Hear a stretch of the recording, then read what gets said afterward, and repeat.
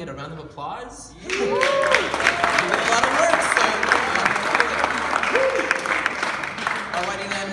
So we are Team 1, F4G, which stands for Farming for Good, or Food for Generations, Families for Growth, and Fresno for Global. And so next slide. And so I'd like to introduce our team members. Marvin,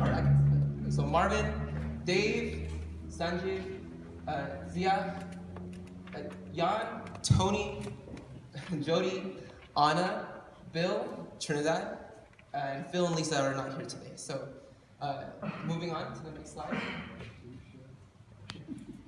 Next slide. You want me to do it? Oh, you got it. Can we go back? Go back on? Back.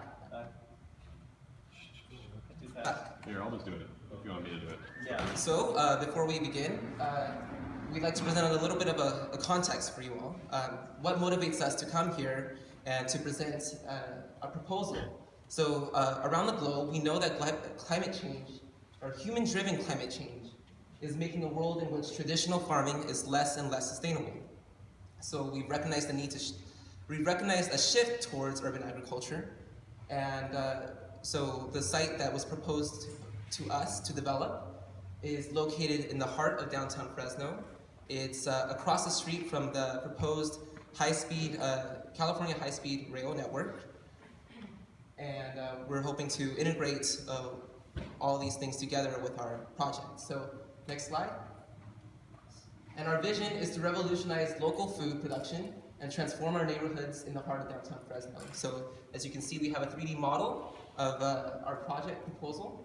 This is a perspective model of the whole thing. On the left, on your right is the residential commercial building. In the center is the entry. We have a restaurant on the right and a farmer's market on the left, and the two round towers. Oh, here we go, here and there. Oh, okay. Are the vertical farms. So we chose a round form that has a core of infrastructure and actually a water source for aquaponics. And then the rest of the perimeter is for hydroponics and vertical farming. So there's 5 stories on the left, and then the one in the back is a 7-story building. We're talking about 15,000 square feet, 20,000 square feet, and approximately 60 feet in diameter, and 60 feet tall, 85 feet tall.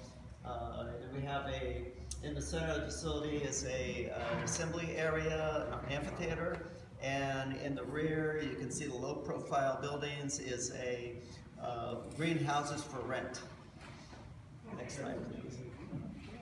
And this is a site plan. On the upper left, you have we're trying to attract visitors from the high-speed rail transit facility that's going in just steps away from this project. And the angles, we're trying to draw people in and let them flow right into the facility, into the assembly area.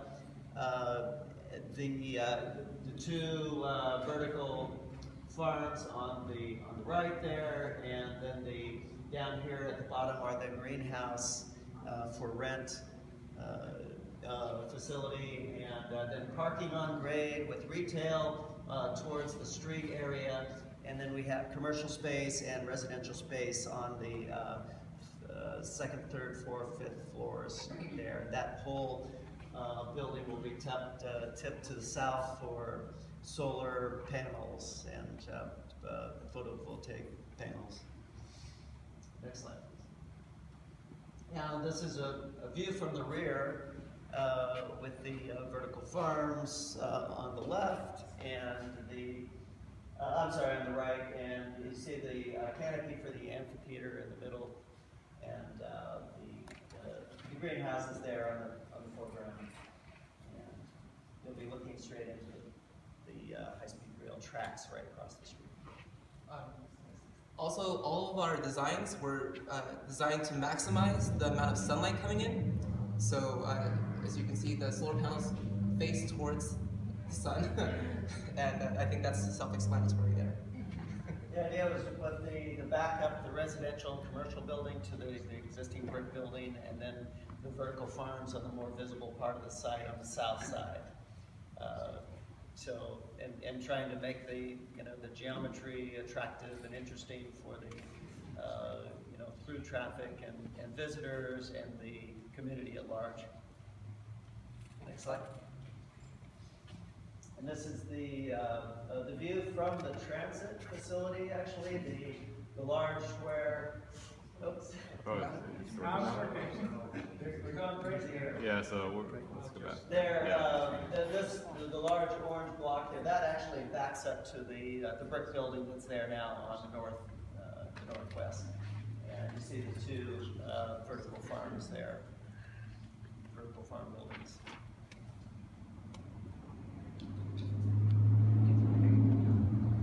Well, this is a schematic of the systems diagram for growing fish together with food. As you can see on the left-hand side on the top, there's a greenhouse where we can grow food. It starts with the fish on the right-hand side, where the fish poo and with all the runoff of water, which usually would be wasted, all the ammonia is converted in what we have as a small block, as a biofilter, in a two-stage bacteria filter. It's changed from ammonia into nitrate, which feeds the plants again. And we can do the measurements in the measuring straight over there, add more fertilizer when necessary, and bring it back to the plants. And we have some disinfection in place as well to prevent diseases spreading all through the system, of course.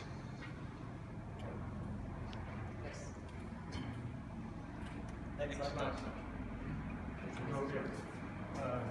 So we just kind of, here's a high-level breakdown over kind of what our projected revenues are associated with this. We've really diversified ourselves in terms of our revenue streams.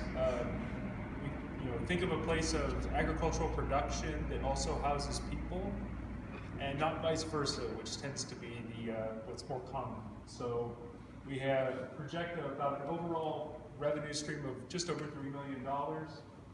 That's really distributed between the production of food and then also the rental of the event space, as well as rental as a multifamily residential community, and coupled with the greenhouse rental as well. And we'll go into more detail on that. Yeah, next slide, please. This is I can do this. This is the floor plan of the vertical farm. So it's approximately 3,000 square feet per floor. Can you hear me okay? How about now? Just under 3,000 square feet for floor. You see the blue donut shape is our fish aquaponics area, and the vertical farm is the rest of that area with vertical circulation around the perimeter to maximize the interior space for use for growing food. And the diagram on the left is just an exploded view of it's actually a different building, but an example of what it could look like with the stacking of the floors. We have a smaller scale project, but it would be similar. Next slide. Yeah, so we kind of projected originally about 24,000 square feet associated with multifamily residential, built within the infrastructure of the vertical growing towers. So to provide an environment that is very, appealing, it's very green, and to be integrated with the food source, and coupled with the amphitheater kind of middle area as a means of social gathering and hosting events. So really a great place to live in downtown Fresno. Okay, next slide. And then secondly, different from our own food production, but sometimes, people want to rent a greenhouse and actually use it to grow something that's unique to their unique demand. So we wanted to give people the opportunity to come in and grow something, and also gives us the opportunity to teach individuals about greenhouse growing and vertical farming in general. Next slide, please.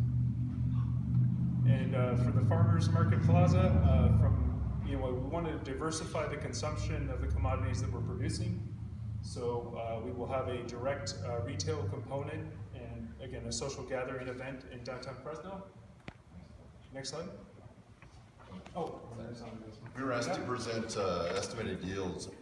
For half of each floor, we're going to use a vertical system called a zip tower, and then the other half of the field we'll use 5 layers of hydroponic and aquaponic growing.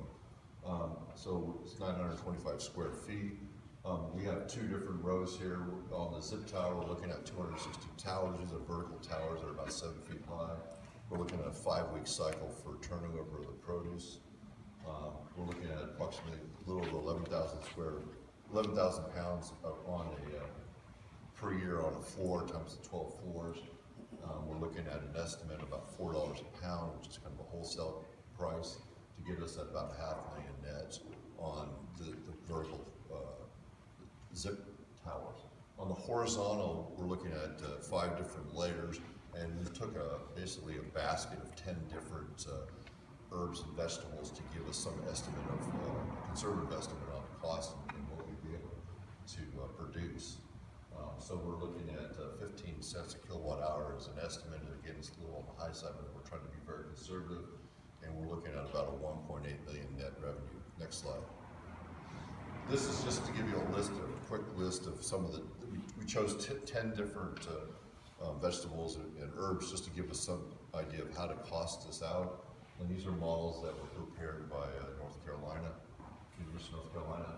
And so this is just the means of how we actually got to that model. Next slide.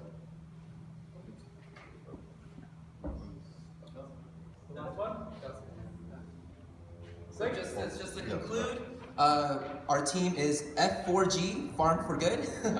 And I'd like to thank everybody for an amazing workshop today. Like, you were all so good and productive individuals to create this. I don't even know, just thank you so much. Great.